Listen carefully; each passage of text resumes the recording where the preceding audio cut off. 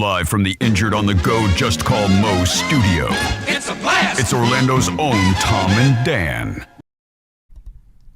It is another A Corporate Time with Tom and Dan. I'm Dan. I'm Tom. Our BDM appreciation event is April 19th on Saturday. It's in Sanford. Mm-hmm. The exact location has been sent to all BDMs. If you want to sign up and you want to be involved in the party, sign up and then just email us and say, hey, I signed up via BDM, and we'll share the invite with you. I'll take care of your show at tomandan.com. You can sign up to be a BDM at tomandan.com/registration. You'll see a love meter. You can kind of choose to give what you want to give. And trust me, at this day and age, like we have never been more small business and independent. Yeah. And I'm very proud of it. I love it. I love it. So we would love for you guys to come out. Come hang. Any active BDM member, please come out, bring a friend. And it's going to be a good time. And Indeed. then, again, April 19th. You want to do some weird job? I do, and I don't think I give you enough rock and roll. I think that, like, just being honest with you, the rap songs and the country songs are easier to write for, especially when you're using this stupid AI to poop out songs. So, but I am getting better at like other genres. Ladies and gentlemen, I give you.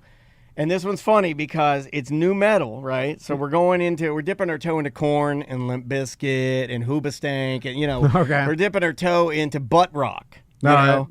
Classic Super Dave butt rock. And I mean that with love. And we're dipping our toe into it. And the funny thing about this is they put a weird keyboard solo in this song. So here, I really like this. It's Weird Job Wednesday.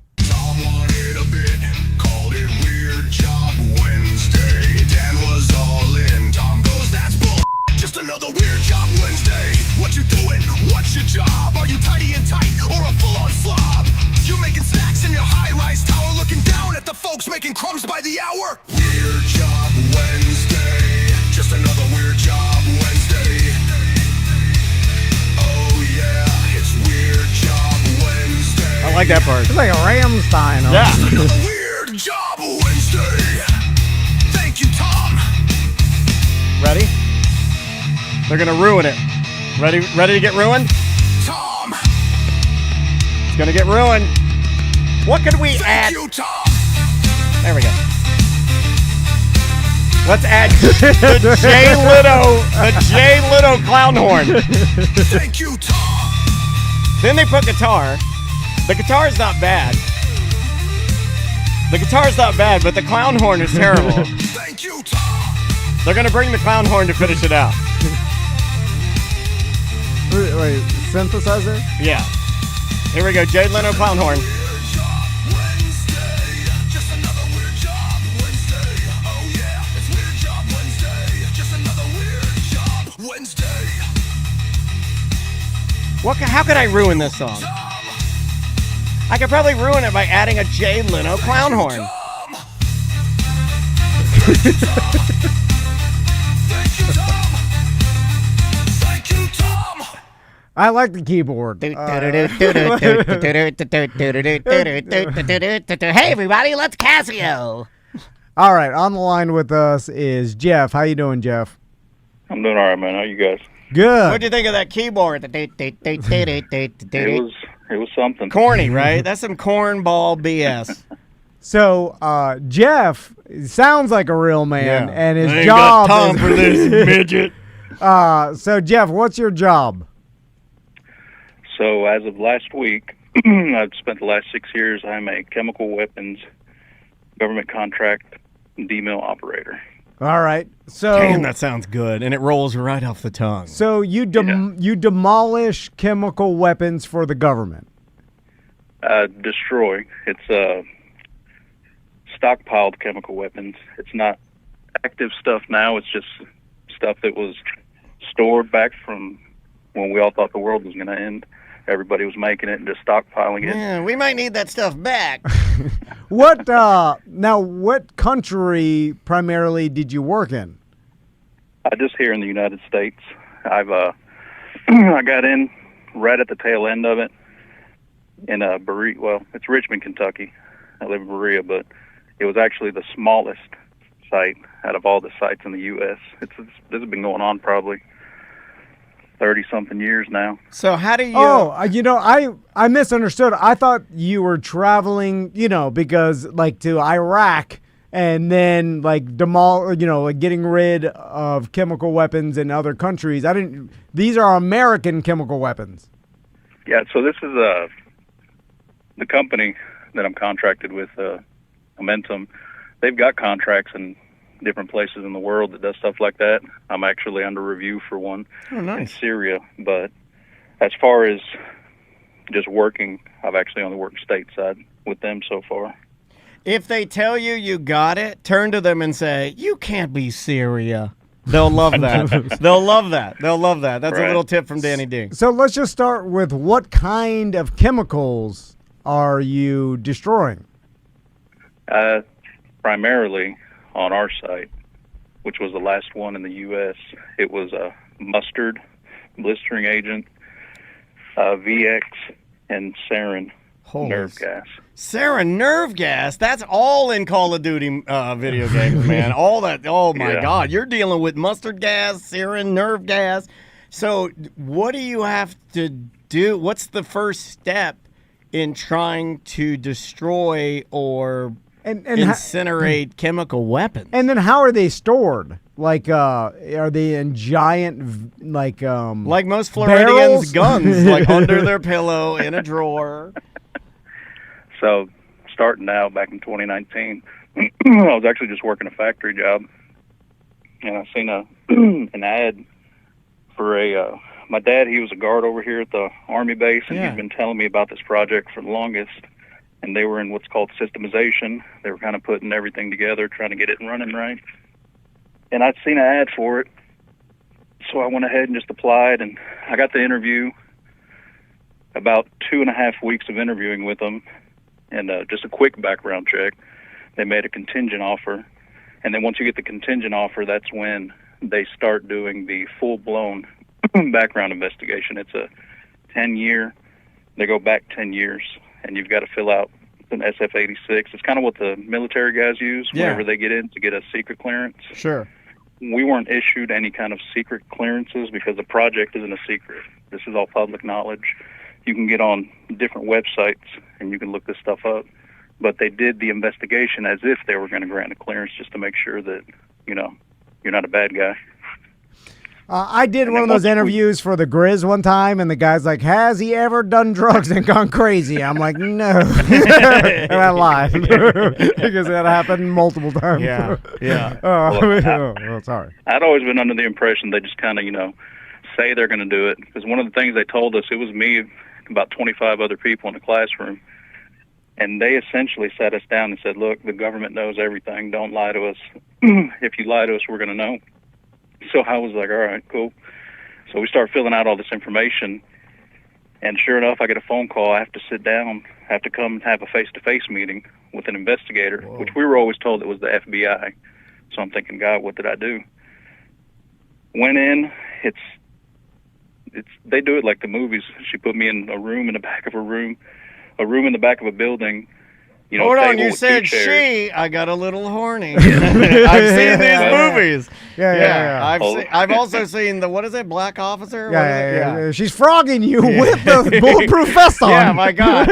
You know what I would beg? I'd beg her, just let me stick it through the bars one time. Just right through the bars. Yeah, sorry. I wish it would have been like that, but it was a little bit more scary just because she was a beautiful woman. I'll never forget her name. Her name, Agent Carolyn Ratliff.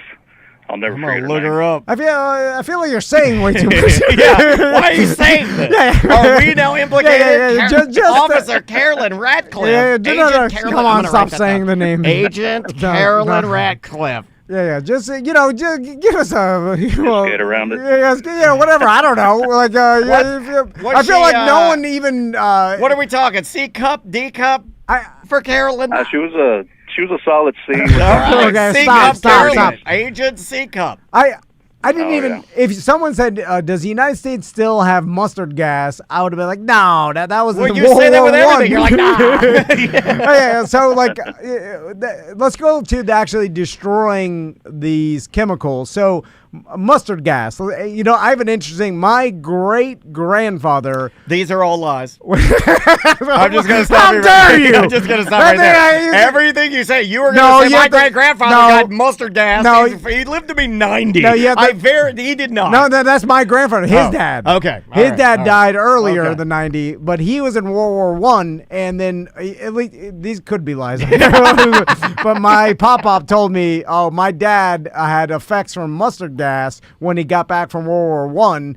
And he was like all messed up, and then he had lung problems for the rest of his life, and then died early because of his lung problems. But again, you know who? There's no way of knowing. It's an old black and white picture. He looked like an Indian. Yeah. I gotta tell you. He looked like a mustard gassed Indian. So how is it stored? First off, because it's a gas. So most of this stuff, it's all on a military installation. It's all on different bases. Like I said, every stockpile chemical weapon that was in the United States has now been destroyed. You can go up, you can look. But all of it's stored in these containers and silos and different types of buildings, we'll say, different various calibers. You know, some of them are airtight, some of them are not. Sure. It all just depends on what exactly is being held there, and it's all heavily guarded. I mean, this stuff is 24/7 around the clock. You've got guys making sure accountability. You've got different departments. You know, not only do you have the military there, you've got treaty people that are from, you know, the United Nations. We've got agreements with different nations where we'll check up on each other just to make sure that we're doing the right thing. So it's I've all always heavily wanted to guarded. be on one of those like nuclear weapons investigation. Like, what do they walk into the room and they go like, "Take a look," and I'm like, "I will." So we're not. Do you do we it like weren't a allowed cop? to talk to them. They told us not to talk to them just because they'd have a special badge, and you can kind of tell. You know, you're in Central Kentucky. You can tell who's from here and who's not from here. But 9 times out of 10, they said, "Hey, look, you guys, niceties. Hey, how are you? How you doing?" That's about it. Besides that. So no like other conversation. So transporting, because I would imagine you isolate what you got to get off base, right? Do you destroy it on base? Are there machines that you have to use specifically for this? Like, how do you have to transport it? Like, how is the process in simple terms? So pretty much every one of the bases that's had anything stored there, you've got this massive installation, and the contracting company will come in, and they will put, it's called a footprint, within the base. They'll section off a part of that base that's still within it, and they'll construct their equipment right there, and then they'll just transport it within the base. You've got specialized containers, like I said, that are airtight, that you can test to make sure that the air quality is good, nothing's leaking whenever you're transporting it back and forth. And then as far as loading and unloading, it's the same deal. We have protective equipment that we wear. You know, we wear gas masks, the same thing that the Army uses. Cool. Your gas mask, we've got all different kind of dress levels, we call it. You know, your A, B, C, and D. And then the building itself, the equipment, pretty much everything prior to this base was done with incineration. So they just had a big pressure cooker that threw everything in, and they just kind of filtered all the bad stuff out and just disposed of it that way. But this one, this was a pilot plant. We were using a different process to destroy it. Huh. So you'd usually just burn it, and then there has to be some sort of waste even after burning and like getting rid of it. Then you just treat it like any other super hazardous waste where it just gets disposed in some desert somewhere. I was gonna yell ocean. Like, throw it at the ocean. Yeah, we put it at the bottom of the ocean. So I'm funny you guys actually said that prior to there being any kind of military installation. You guys ever heard of the Mariana Trench? Yeah. So they used to take a big barge out there, fill it with cement and chemical weapons, and sink it into the Mariana Trench.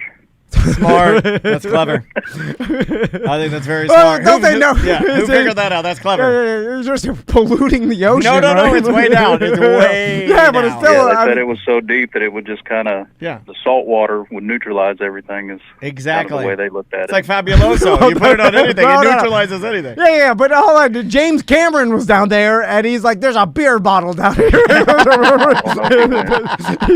That's true.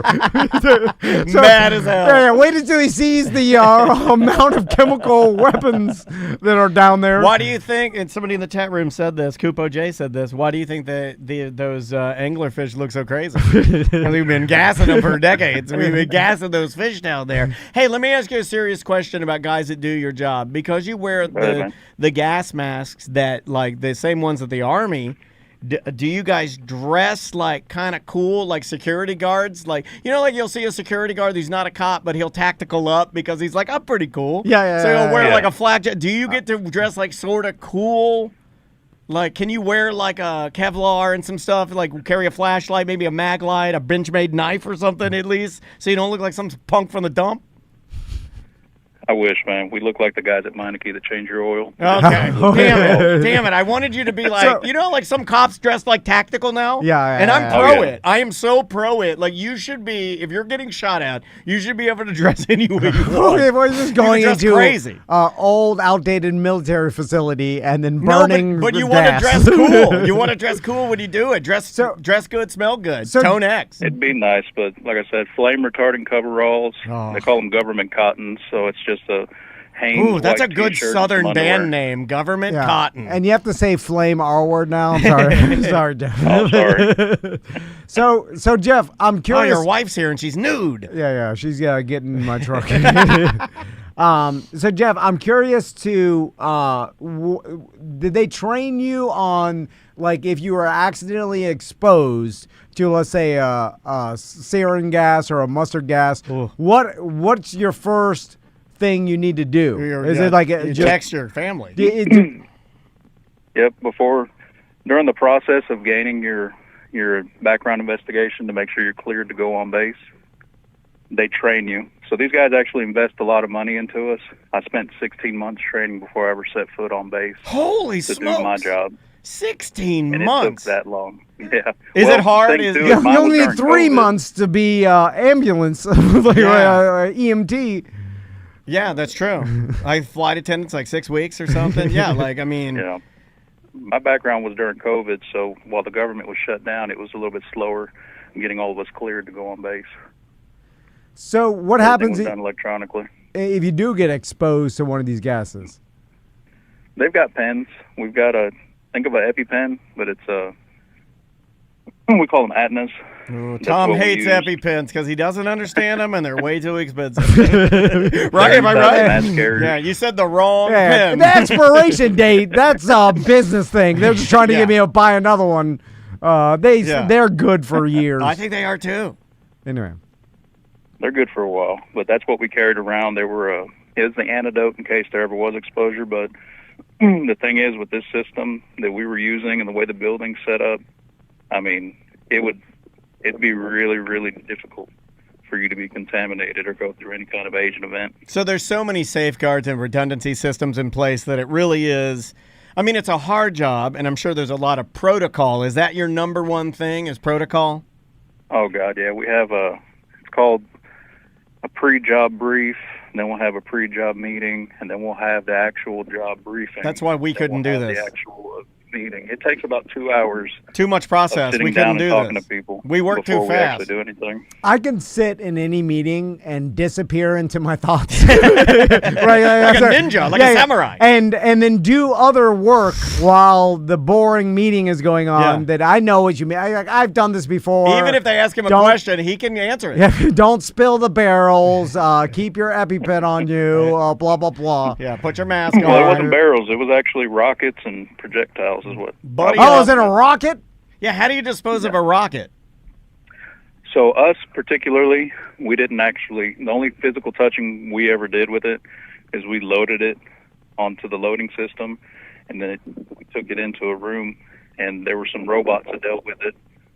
If anything ever went wrong with the robots, myself and the other guys, we'd have to suit up and we'd go in and we'd have to repair, if there was a hydraulic leak or Oh my something God, went the wrong in that robots are room. pointing the rockets.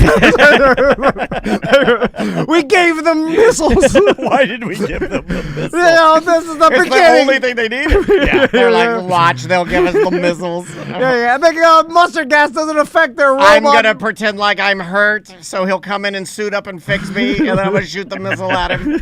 That's how they're gonna get you. They're gonna pretend they're broken. You're gonna suit up, go in there, then they're gonna kill you. So, Mark, have you ever had any mishap where someone tipped a rocket over and it spilled off a forklift, or like anything that was a close call?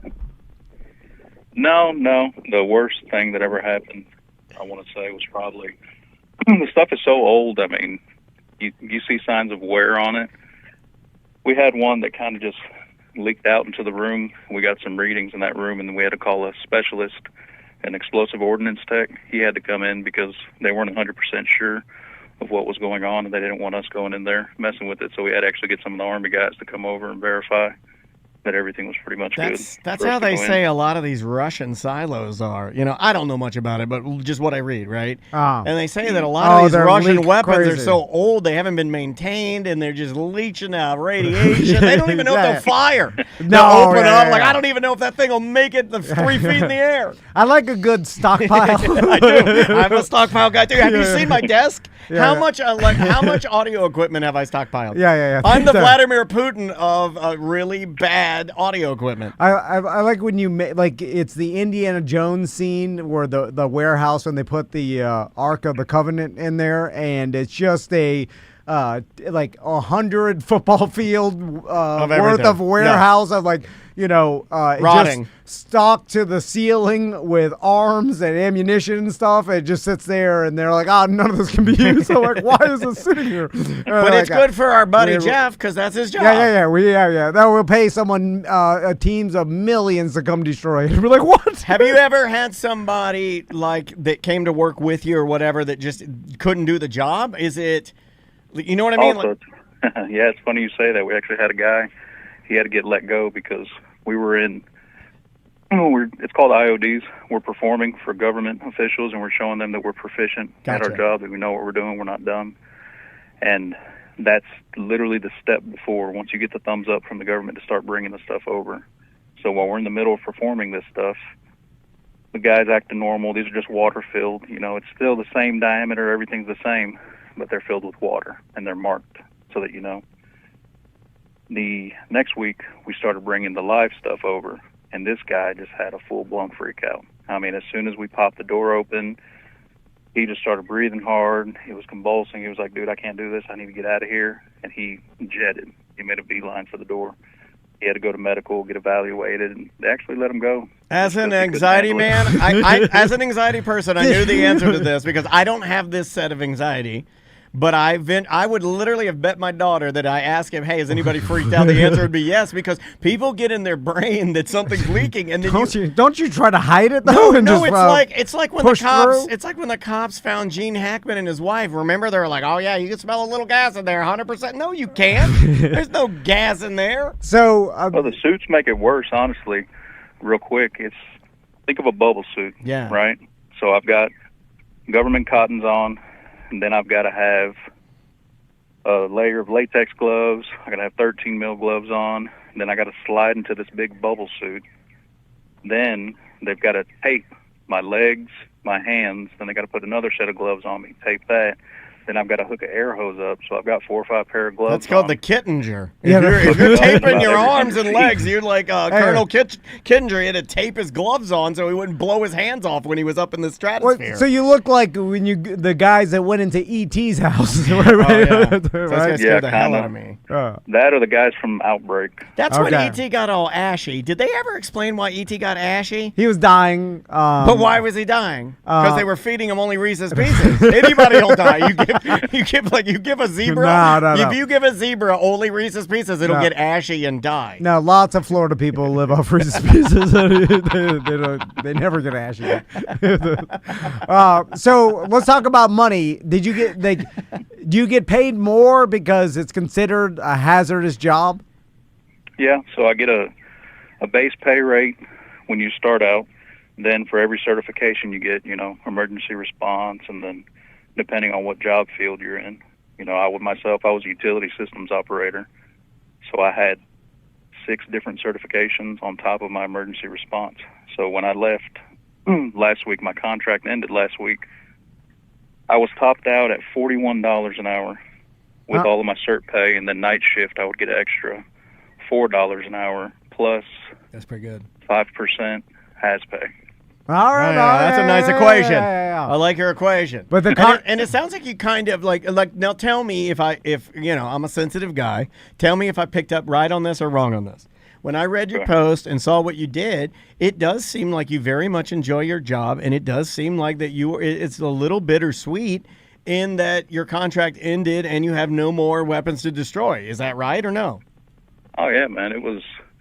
I got to do things that not a lot of people have ever get to see or do. And Kentucky's home, man. I was born here, raised here, and I grew up 15 minutes from the base my whole life. So, you know, it was kind of cool that I got to see that chapter of my life started and finish it. Right on. Does this job translate to any civilian jobs? Like you work at a funeral home cremating humans? I don't know. That's good. That's good. You could start burn all of Tom's garage trash. Because it seems like it's very specific to destroying chemical weapons. This might be our most specific weird job. Like it doesn't translate to any other thing. So I've gotten a couple of offers from like a hazardous cleanup, like private companies that do, you know, like caustic and acid and things down like in that. Secret's hideaway scrubbing some pleather. You know, that's about it. Not That gonna, and the like you maintenance go part of from incinerating bombs to washing dilders Well, out at the local. I bet you there's like a lot of industrial waste that he has to be like handled like hazardous material that you could work for some company that goes to like chemical plants and cleans up industrial waste or something like that. I've got 16 bottles of oil in my garage, Mountain Dew bottles. Right. I keep trying to throw them away, and the goddamn garbage trucks have sensors in them now, and they find the oil and they find my batteries. What is this, Russia? No, I'm actually, I got a call this past Monday. A bunch of us that our contracts were ended. We're in like a big group pool. We're talking about getting our contracts renewed to go down to Alabama. There's a military base down there. Back in, I don't know, the 60s or 70s, they took a bunch of rail cars and filled them full of we don't know what, buried it in the ground, and they just found that. So that's they're good. talking about renewing some of our contracts. This to go would be down a there. great movie. He's like, whoa, we got a honey hole. Load up. Gets in the truck. Fires up his truck. He's like, we're going to go and destroy some weapons. Yeah, but the chemicals leached down to the ground and this created... is like Twister. It's like Twister. Mutant moles. All right. Mutant moles let me down guess. there. I'm a mutant mole. And then you're fighting them. What if it's not mutant moles? What if it's the actor from Roseanne, Martin Mull? What the hell is that? What if it's Martin Mull? What character did he play? He played the gay man that worked at Roseanne's loose meat sandwich restaurant. How the hell do you know that? Because I'm a weirdo. I'm the weird side of the show. Well, Jeff, thanks for telling us about your weird job. Hopefully you'll get another contract soon, and then you have to tell us about the mutant moles. Yeah, let us know. You, man. All right, man. Hey, I'll call you guys. Thanks for doing it, buddy, and please stay safe because you're one of our favorite weird jobs, all right? I appreciate that, guys. I'll take it easy. All right, Thanks, man. Jeff. Be good. I wish I was level-headed as hell. Yeah. I wish I was a real man. I'm like not Jeff. like that. Yeah. I yell a lot, and I'm real gay. Yeah, I'm real I know that. feminine. Yeah. I'm weak He and knows. feminine and loud. Yeah. I want to be tough. I'm like a but loud, weak girl man. I don't have that Kentucky chemical weapons. Well, you don't toughness. even talk. At least he'll talk, right? You got to talk to. You're a very quiet man. It's this job. Like if you put me in a different scenario, I'd be tough. But this job made me weak. No, you're pretty tough. Yeah. You're pretty tough. Yeah. No. This job's weak. I got a gay partner. I mean, it is a weak job. It is a very weak job. I've got to be tough. It's not even my fault, Jeff. Well, I would say we're both weak in our own ways because I see how the people of Orlando push you around. I hide it. It's insane that you let just common folk of Orlando just push you around. Like, if I was that guy having a nervous breakdown, anxiety attack in my suit, I wouldn't have told anybody. I would just, panic through it until I made an accident. Did you just Porky Pig stutter? Yeah. Did you just panic? God damn it. All right. We'll be right back, and we'll drink some kava. Welcome back to a corporate time. So Andrew from the Pinball Dudes, he's a sponsor. He's waving now. If you're watching on YouTube and Twitch, twitch.tv/Tom and Dan Live, and on YouTube @Tom and Dan Live. What's cool about what Andrew does is he essentially you can rent these pinball machines for your business or for your house, and he'll come switch them out every quarter or whenever you want.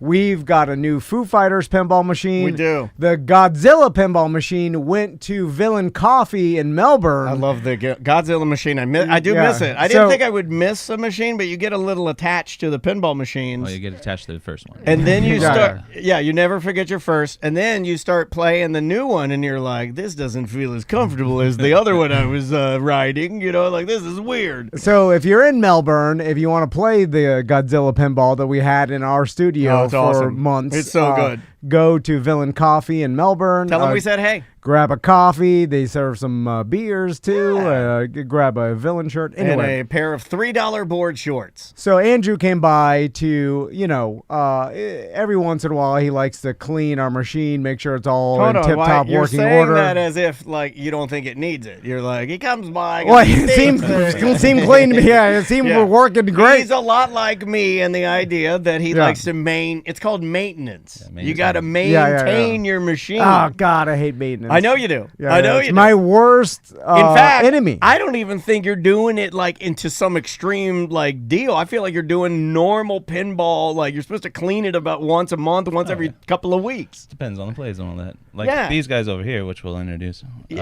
My main location, Kava Sutra. They put like about 500 1,000 plays a month on it. So, wow! So I got to get over there. Get in there, and get the grime out of there. So, for sure. Speaking of our guests, Andrew then told me, he's like, "Hey, do you mind if my partners from Kava Sutra come by because I have pinball machines in their Kava lounges?" Let's talk. And then I was like, "Yes, because I like a good Florida potion. Yes. I love a potion, and I want to go to a lounge to get my potion." And we've got Matt and Tatum here from Kava Sutra. Let me see if I can give you guys a blast. Hold your ears.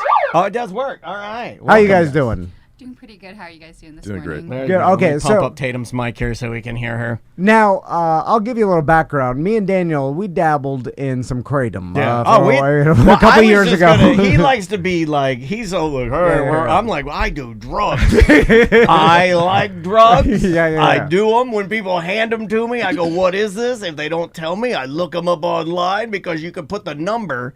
You could just put the D85112 and then it'll tell you exactly what it is. And I'll pow down the hatch. Yeah, I wouldn't categorize it as a drug. It's all rainforest potion. I'm not talking about them. I'm talking about what I do, which would lead to me saying, I want to try this stuff because I like potions as well.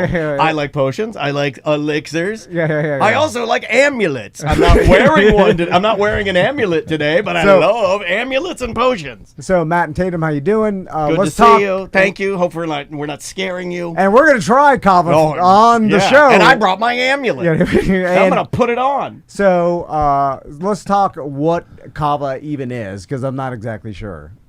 This is my favorite part when we get people in here for their career or job, and then we ask them, Tom doesn't know, like we should have off air said, do you know what it is?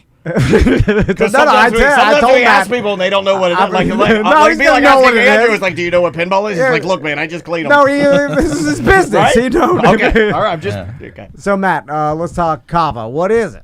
Kava's a tree. It grows in the South Pacific, and the original people in the South Pacific, they figured out to grind the root up and drink it, and it gets you mellowed out. I love mellowed out. It relaxes you. I also love when indigenous people learn what leaves or roots get them effed up, and then they grind it. They're like, these people love it. They're like, put honey on your hand and go stick it in that poisonous ant mound, and you will trip your balls off. This is how people discovered cocaine, by the way. I know. They're chewing the leaves for years. These are all the things that I like. You pour gasoline on it in a mass scale, all make it hyper potent. This weekend, I went to my daughter's dance competition. She's like, "What are you doing with your hand in that ant mound?" I was like, "You never know. You never know." So it's essentially a root And then what?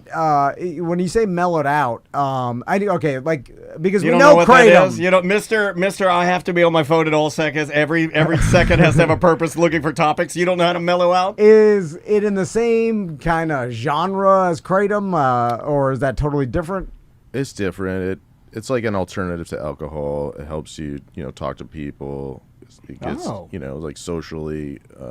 All right. The chat room, we have some people that like it very much so in the chat room. Okay. They're saying that it very much like a lighter Xanax, maybe. Okay, so it's like kratom was kind of like a pain like pill. using that word because that can be a bad one because I know friends that abuse that like crazy, but like a sedative maybe or like I think like diet alcohol, like very, very low grade alcohol because it processes through the same receptors, so it can give a very like feelings of it, but it's not going to like inebriate you. It's not going to make it so you're unable to drive, process, or do anything. So it's kind of like a light alcohol effect. It doesn't affect your mental clarity. So basically. Yeah. And it's exploded like very, very popular over the past like 10 years or so, would you say? Yeah, I've seen them everywhere. Yeah, sure. yeah. And so the and how does it get processed and served? I know we have a little sample here that I noticed you brought in is liquid. So it's just root and water. Okay. The root soaks in the water, and then all the root fibers are strained out.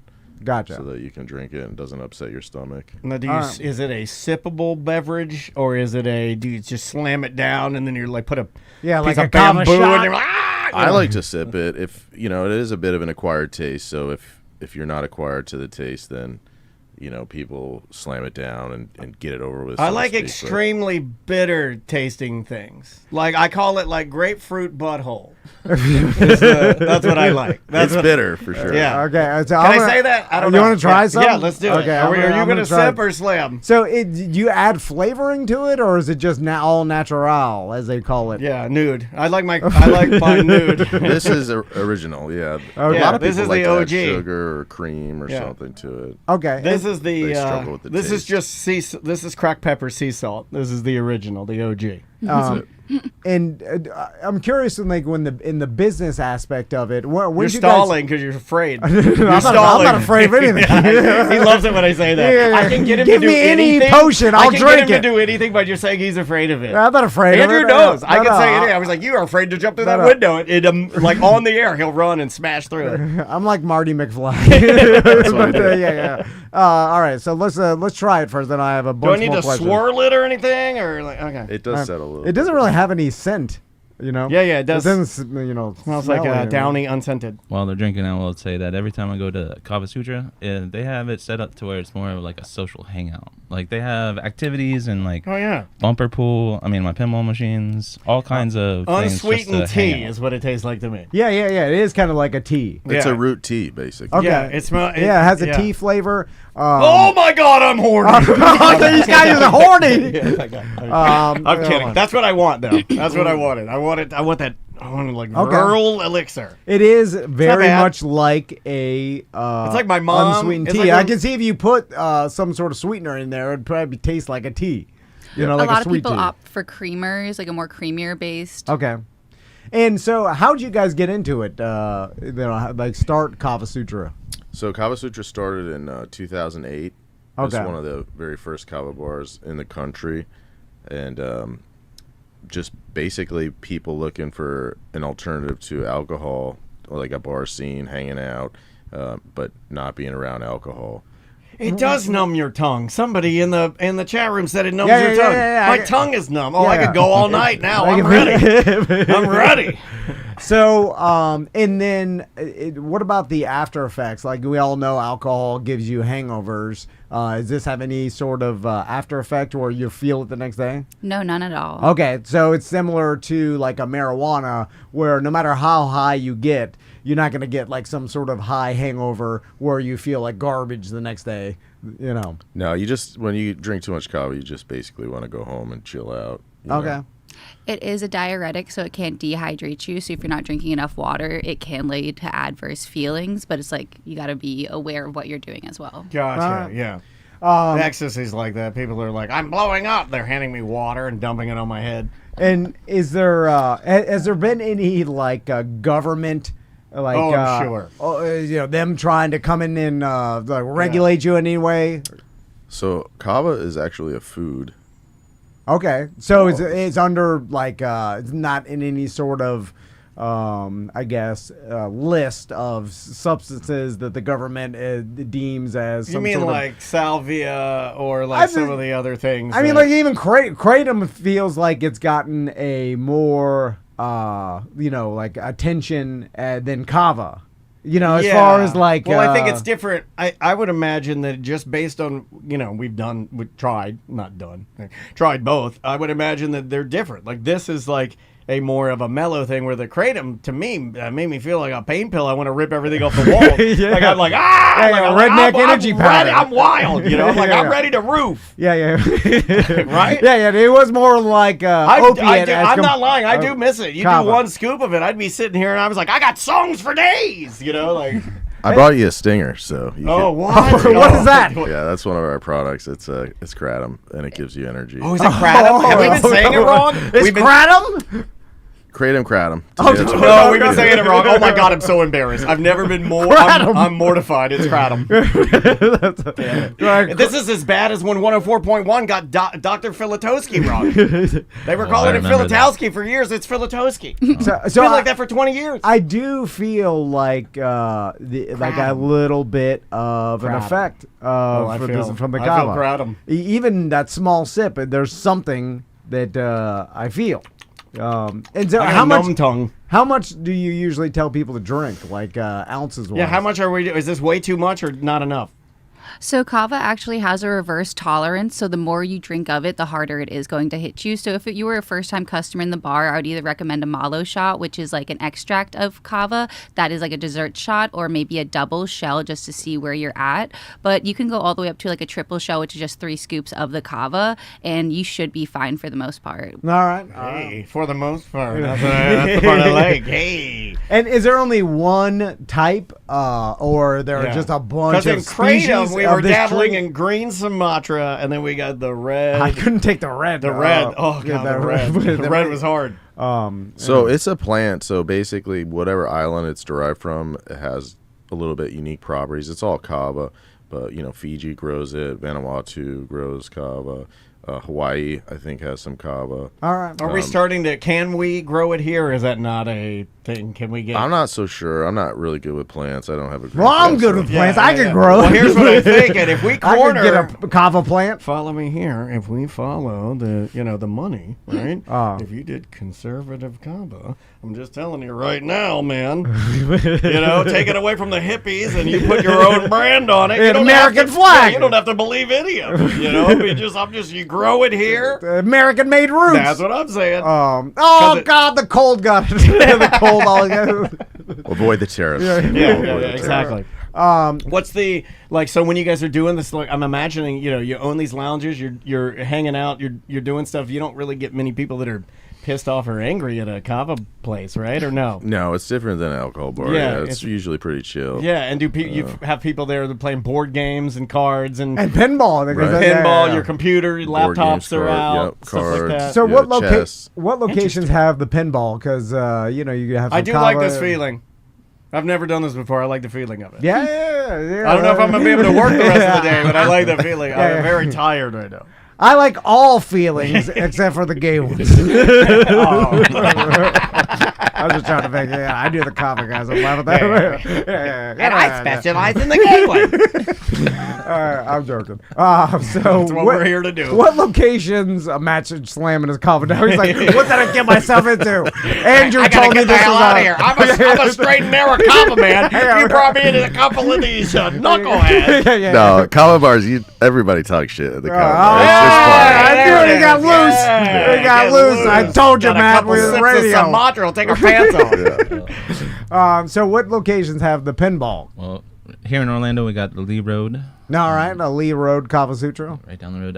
Then Vieira, Melbourne, Stewart, and Jupiter.